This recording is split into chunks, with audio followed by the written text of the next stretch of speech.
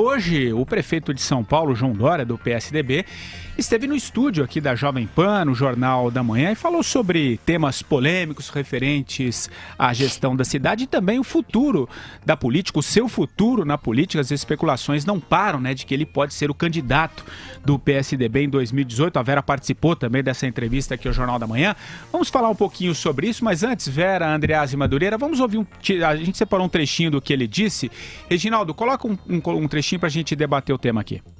Eu fui eleito para ser prefeito, vou prefeitar. E todos sabem também da minha relação, Joseval, com o governador Geraldo Alckmin, uma pessoa por quem eu tenho uma enorme estima e uma grande admiração. O meu candidato à presidência da República chama-se Geraldo Alckmin. E é o governo do estado de São Paulo? Não tenho definição ainda sobre esse nome. Até cedo, mesmo para a presidência é cedo. Mas eu digo sempre para ficar claro a minha lealdade e a minha posição em relação ao governador Geraldo Alckmin. Não é tempo ainda de se discutir sucessão presidencial, sucessão estadual.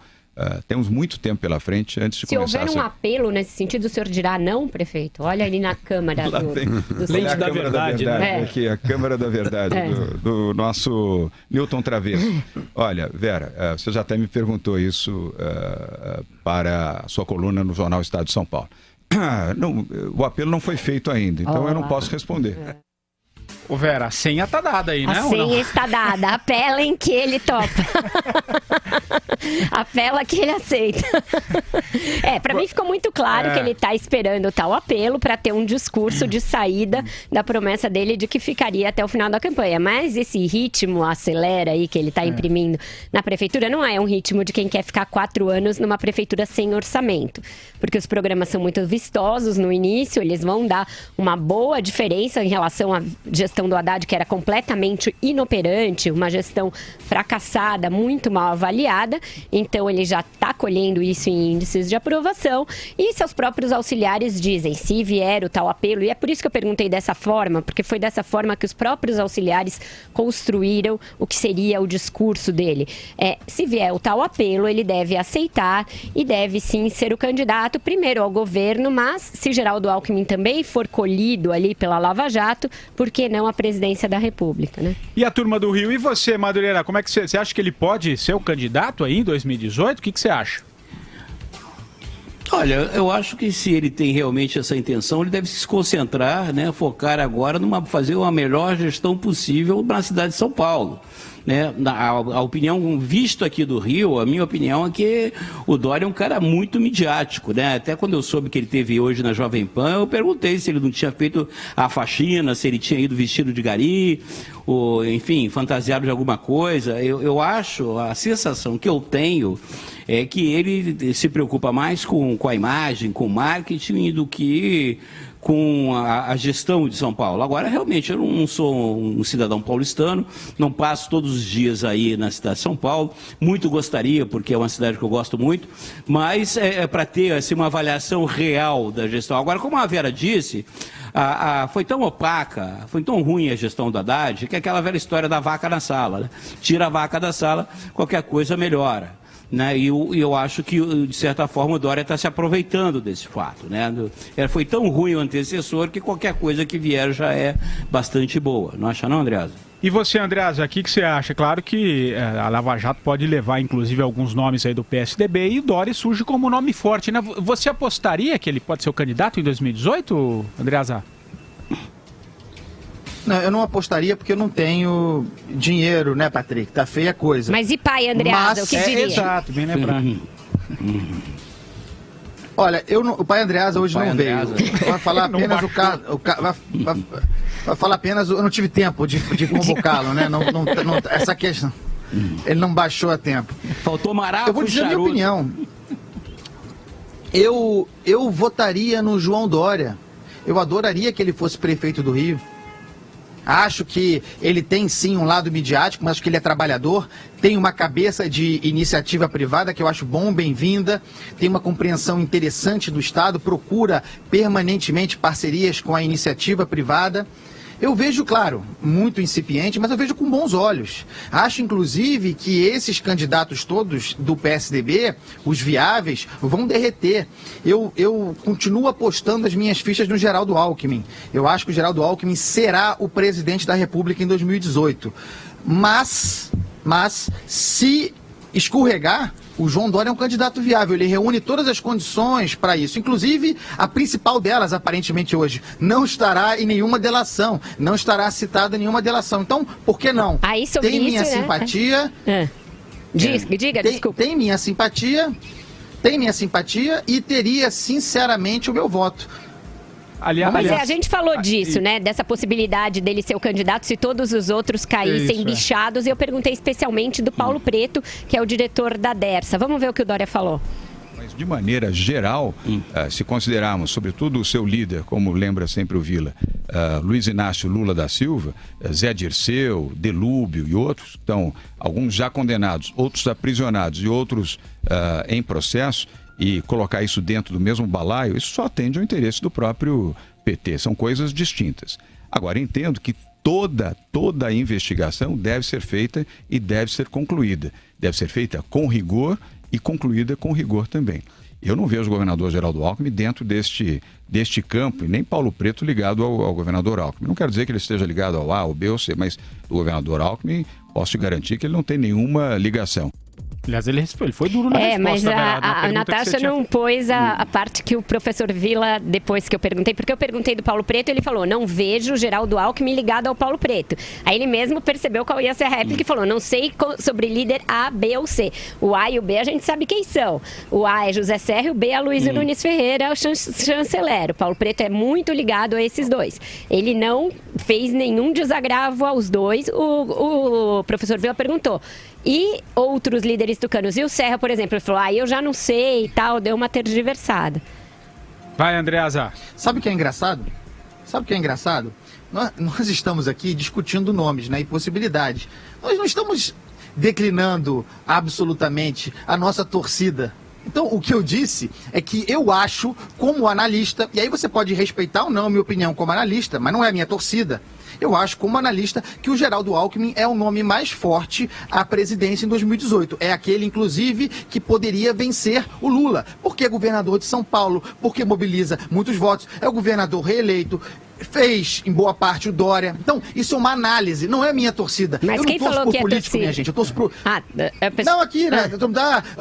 Andreasa viajou, Alckmin não, eu tô cagando, pô. Eu torço pro Flamengo e pro Império Serrano. Eu não torço pra político, eu tô fazendo análise, pô. E se você ficar lendo esse chat, você vai morrer de luz. Ô Madureira, vai você primeiro, cara. Fala.